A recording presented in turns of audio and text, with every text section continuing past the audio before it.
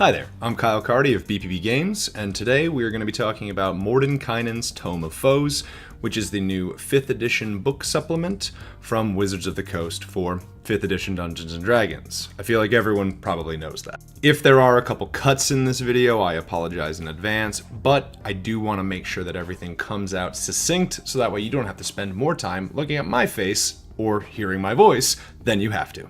So, Mordenkainen's Tome of Foes is a 250 plus page book that details, I wouldn't say equal parts fluff and equal parts crunch. I would say it's probably closer to like a 25% crunch, 75% fluff spread. So if you're looking for a book that is just super crunch heavy like a monster manual, this might not be what you're looking for, even though it does have some stats. The first half of the book covers quite a few different key racial and species interactions in most traditional Dungeons & Dragons fantasy settings. The categories are broken up into the Blood War, which is the ongoing war feud between demons and devils. It breaks it up into the types of elves and sort of how they interplay with one another, which, in my opinion, was probably the most interesting part of the book. It talks about dwarves and... Alright, so this one's gonna cause some people to be like, that's not how you say it, Kyle.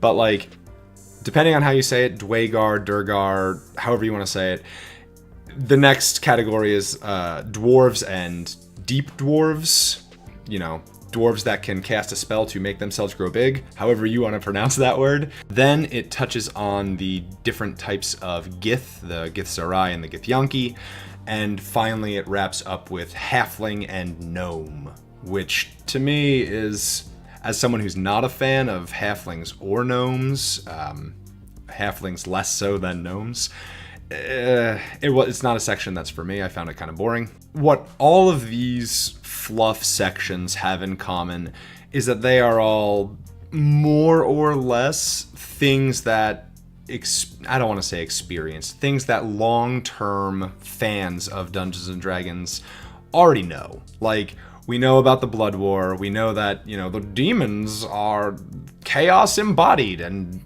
devils are law embodied, and they don't get along because, of course they don't, reasons. They hold each other in check. Ugh.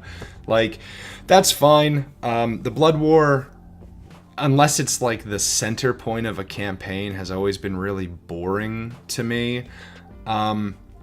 That said, it does have some like interesting parts of that specific chapter. There's short sections that talk about the differences between like devil and demonic points of view for the Blood War. It goes into, you know, demon lords and the dukes of hell, which are like the big to-dos of both of their respective realms.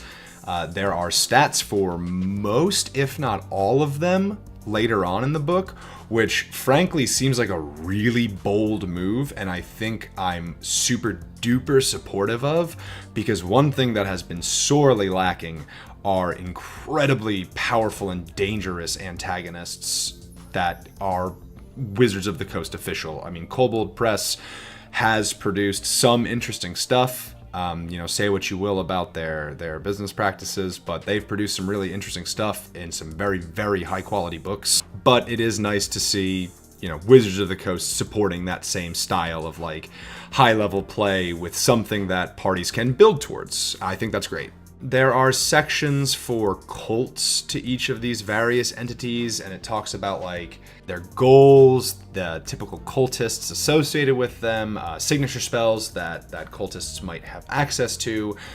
Some of them even have like variant talents or actions or features that can be given to any stat block. They're light templates, which 5th edition hasn't really done much of outside of like Half Dragon, and maybe there's some in Adventures that I haven't looked at.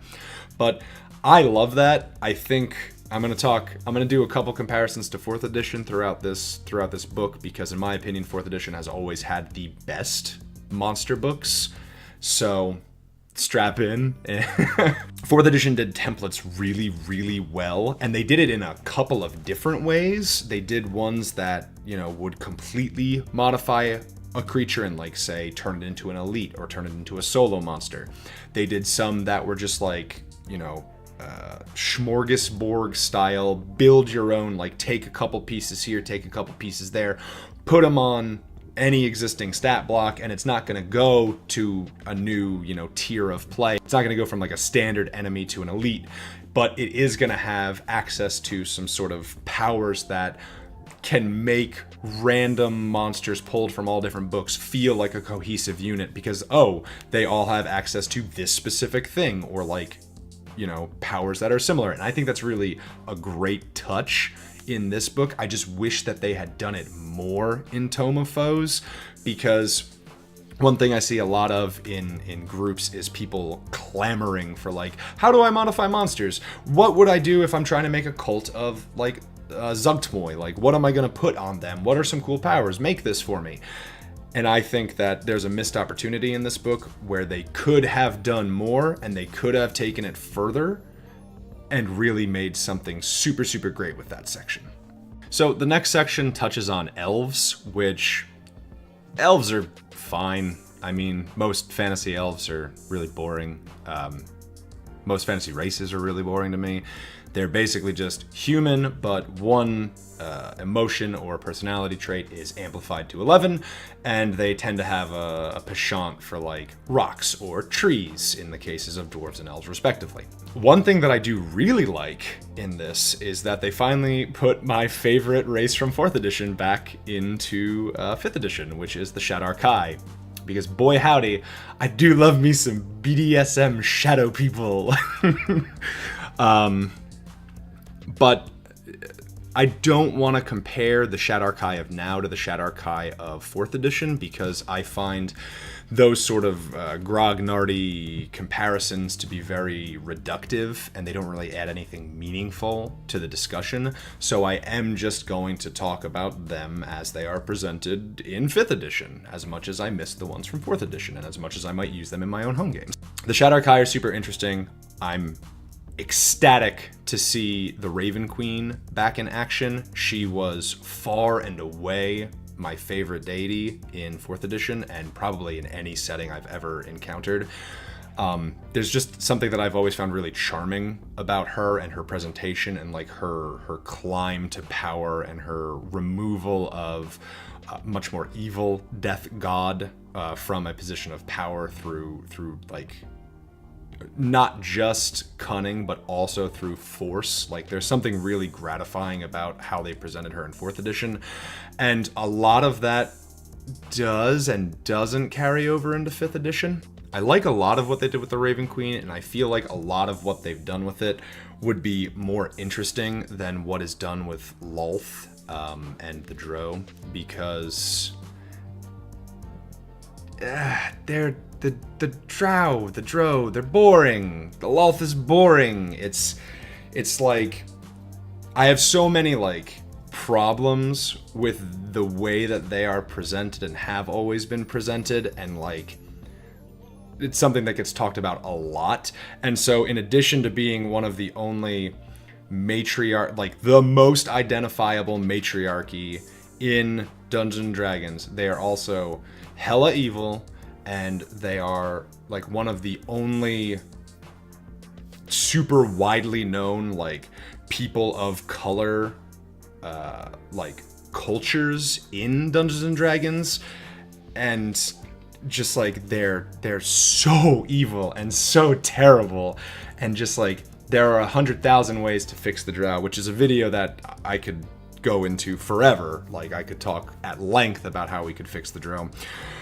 But the Shadar Kai presentation is what I feel like the Drow always should have been in 5th edition, and so I really do like seeing them, and I think that it's sort of a good counterbalance to the other, you know, like, darkness touched elves, and I'm optimistic about it. I didn't expect to see them in this book, and I am very happy to see them, and I am very happy to see the Raven Queen again. The rest of the elf section talks about like the Eladrin, who were also something that I was really, really into in 4th edition. They're fine. They're sort of somewhere between their 4th edition and their 3.5, 3.x counterparts. They're fine. Like, I like them. They're perfectly acceptable. They're more in touch with like the seasons. They're a little more mystical than they were in 4th edition. It's fine. And then the regular elf and the regular drow stuff is just like, okay, yeah, I've read a Dungeons and Dragons book at any point in the past 20 years, so you can sort of skip them. The dwarves and the Dwargar stuff, it's the same that it's ever been. You know, dwarves don't like the Dwargar, Dwargar don't like the dwarves. Dwargar do some morally incredulous things. The Gith and the Endless War, which is the same as the Gith have ever been, you know, enslaved by the Illithids, by the Mind Flayers. Eventually they break off. Eventually those two groups, that one group splits off and becomes two groups, the Githyanki and the Githzerai. And then they both sort of, one becomes very militant, martial, one becomes very like, you know, one becomes very contemplative and methodical. It's fine. The one thing that I didn't notice, which kind of struck me as odd, is I don't really remember them using the word slave in this section, because that's what they were. They were slaves to the Illithid, and I might be wrong, but I don't remember seeing it at all, and that kind of was like, oh, that's weird that we still have the Dwargar and the Drow doing what they're doing, but we didn't use it here, even though it's a very similar situation. But again, I might have just missed it. Halflings and the gnomes, they are halflings and gnomes. You can read the player's handbook and get in 4 or 5 paragraphs what they expand on here. If you're going to run a halfling and gnome heavy campaign setting or game, then read it. Otherwise, much like everything that has ever had a halfling and a gnome in it, you can probably just skirt right by it and forget about it. Wrapping up this final thought about the first half of the book, I do want to say that I'm really, really heartened to see more like queer and non-binary things being presented in Dungeons & Dragons. As a queer man, it's been, you know, queer and non-binary people and people of color know what the hobby used to be like, and it's really nice to see that it's making strides. There's still strides to be made. That's something for another video, but it's really nice to see, like, talking about gender fluidity amongst elves, talking about how devils don't really have a concept of gender.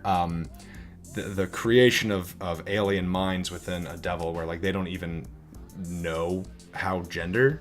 Like, I really like that, and I think that that's something that is fascinating without being, like, too ham-handed and, like, you know, just like... we put it in for the sake of putting it in. I think that it's well thought out, and I think that it's well executed, and I would like to see more of it. So, good job, Wizard of the Coast. I don't say this very much about you, but goddamn, you did good on that. The next category covers the actual stat blocks of a lot of monsters. Some of these monsters you will have seen previously in other adventures, like I think the Alip, however you want to pronounce it. I think that was in Tomb of Annihilation, but I don't really play the adventures very much. I'm much more of a homebrew kind of guy. But most of this content is fresh, and most of this content is probably new. So this is why I came to this book. The fluff is fine, but that kind of stuff doesn't matter to me, because it's stuff that either I've already been doing, like having incredibly queer games, or it's stuff that I'm not going to be putting in my world because I'm going to be developing my own interpretation of elves, and I'm going to be developing my own interpretation of, you know, the Gith or dwarves. So this is the meat for me. There are some long-time favorites that are coming back, like the Bone Claw, like the Leviathan, like Phoenix. These are things that when Monster Manual came out, I was like, how is there no Phoenix in here? And it genuinely bugged me for a long time. But I'm really interested in a lot of the bold choices that they made in this, because it's mostly high CR monsters, which is super rare in books like these. So I'm really excited about it. There's plenty of lower level threats like clockwork automatons and chokers, I believe are CR1 now, which is fine. I think it's nice to have options of every level, but they definitely heard fan like critical thought on how there was very little support for high tier play, and they answered. And in my opinion, they delivered, because I have always loved Nightwalkers and like just anything from like the Nightshade family. I think Pathfinder did a great job of expanding on them, but seeing Nightwalkers in Dungeons and Dragons again is very exciting, especially when they're kicking like CR 20. They are so powerful now, and they're great, and the art is beautiful, and I am so excited to see them again. More importantly than that, though, I'm always a sucker for elementals. So like I mentioned before with Phoenix and Leviathan, they do these elder elementals, which are really exciting, and I'm just like jazzed as hell. I had a campaign setting forever ago where like primordial elemental creatures were sort of like the big bads, and it is so nice to see the Myrmidons come back from 4th edition, which are like these lieutenant tier elemental creatures, like vaguely sculpted in a humanoid shape, you know, like head, 2 arms, and then whatever for the torso running all the way down to the ground. And they are strong too, and it just like, all of my favorite stuff that 4th edition did right is back in 5th edition, and it's got a coat of paint on it that people who didn't like 4th edition won't realize that it's just 4th edition again. And that delights me. God, these Myrmidons are so beautiful. I'm sorry, I'm looking at the book. I have it propped up off screen. There's some content that like I know isn't for me, and that's fine. Like the GIF, the big silly hippopotamus people, that's not for me. I don't really enjoy goofy comedy in my game as much as like, and as obvious in the way that they handle it as some people do, but that's fine. It's not for me. So while I'm never ever going to use the GIF, I've seen a lot of people on forums talking about how much they really like it, and far be it from me to poo-poo on your enjoyment of the game. If I had to say that I was disappointed in any one thing, it would be the return of Kruthix, which were like my staple low-level 4th edition wild critters. I just don't like the art for the Kruthix. I think it's ugly, and I think it looks too much like something that would belong to like a Naogi kind of family. And if I had to say the monster that I've said a lot of monsters I'm excited to see, but if I had to say a monster that I'm the most excited to see, and most excited to be just like unbelievably powerful, it's the Marut, or the Mayrut, depending on your pronunciation. These things are like CR 25, and they are just here to turn you into pulp, which them being featured in another campaign setting that I have played in a lot, it is nice to see them actually finally be like the threat that they were hyped up to be in that world, and have that actually reflected in the mechanics. I think that's great. If there's like a pick for critter that I've never seen before, it's the Oblex? I don't know how to pronounce it. Which is a trio of 3 different stat blocks for like different stages of life of these creatures. And boy howdy, the art is plumb terrifying. I really like it. And just like the mechanics of these like malevolent, intelligent oozes is something I didn't know that I really wanted until now. Following in the vein of YOLO's Guide to Monsters. I know it's Volo's. Following in the vein of YOLO's Guide to Monsters, there are new types of ogres in the 4th edition style, which don't tell the grognards that it's just 4th edition again. Don't tell them that, because then they'll be like, wait, what? These ogres are designed with like specific builds in mind. There's like battering ram ogres and like siege ogres, and it's really, really nice to see them continuing to do what they started in YOLO's Guide, because having this like diversity amongst the specific creature types and races really goes a long way, in my opinion, because they're easy to refluff into other things, but it still can be used easily to create really interesting and engaging combats of just ogres with almost no modification by the Dungeon Master, which is great.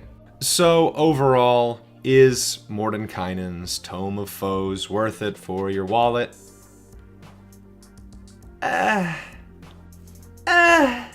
Depends, honestly. If you aren't gonna use the fluff, no. Honestly, unless you really plan to run a bunch of high-level campaigns, or just a single campaign at high level that's all about killing all the demon lords, and then all of the infernal dukes, and then maybe a Marut and a Nightwalker and a Leviathan for good measure, it's not worth it, because it is really, really high-level content.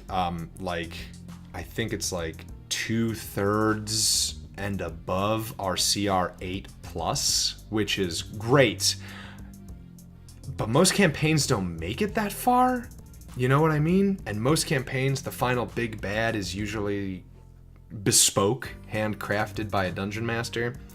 This book is great for me because I like to look at stats, and it's useful for homebrewing and creating your own content that you can upload onto like Drive-Thru or something like that. If you're a designer, grab it, because it has excellent examples of high-level first-party designs. If you've never bought fluff books before, like if 5th edition is your first edition, buy it, because it's great, and there's a lot of expanded lore that people like me have seen 4 times at this point. But if you haven't seen it, then it's gonna be super fascinating to you. I don't want my sort of been there, done that to discourage someone who's never been there, done that from getting the book. And it's super fascinating if you've never read about the Blood War or all of the Underdark, like internal politics between like the Dwargar and the Drow and the Dwarves, and you know, now the Shadar-kai, who are sort of everywhere and also nowhere at the same time. And if you're in more of like a nebulous middle ground, I would say if you're in this nebulous middle ground of, yes, I've seen things before and I'm frugal enough to understand that I'm never going to reach high level play enough to merit, you know, all of the stuff that's in this book, I would say it's a soft pass. Maybe pick it up on sale if it gets discounted in the future. It's very nice, it's very high quality, but ultimately, if you've done it before and you're someone who makes your own content for private use out and not like commercial use, it's a pass. It's a pass, or it's a wait. I really like it, but it's an expensive hobby, and I get that. So if you're on the fence, just wait. But if you're new or you're a designer for 5th edition yourself, then pick it up, because it's absolutely worth it for them. That's it. That's all I got to say about Mordenkainen's Tome of Foes. It's a nice step forward for 5th edition and Wizards of the Coast, and really tabletop gaming as a whole, in terms of like acceptance of non-binary and queer subject matters, which is, you know, really important to me. I think I've mentioned in previous videos that like Dungeons and Dragons and role-playing sort of helped me come to terms with my queerness. So I'm not going to say support it just because of that, because that seems disingenuous, but I'm glad I purchased it, and I'm satisfied with my purchase because, you know, I like to design high CR monsters. So yeah, I hope that this was an informative video and that I didn't ramble too long like I'm doing right now.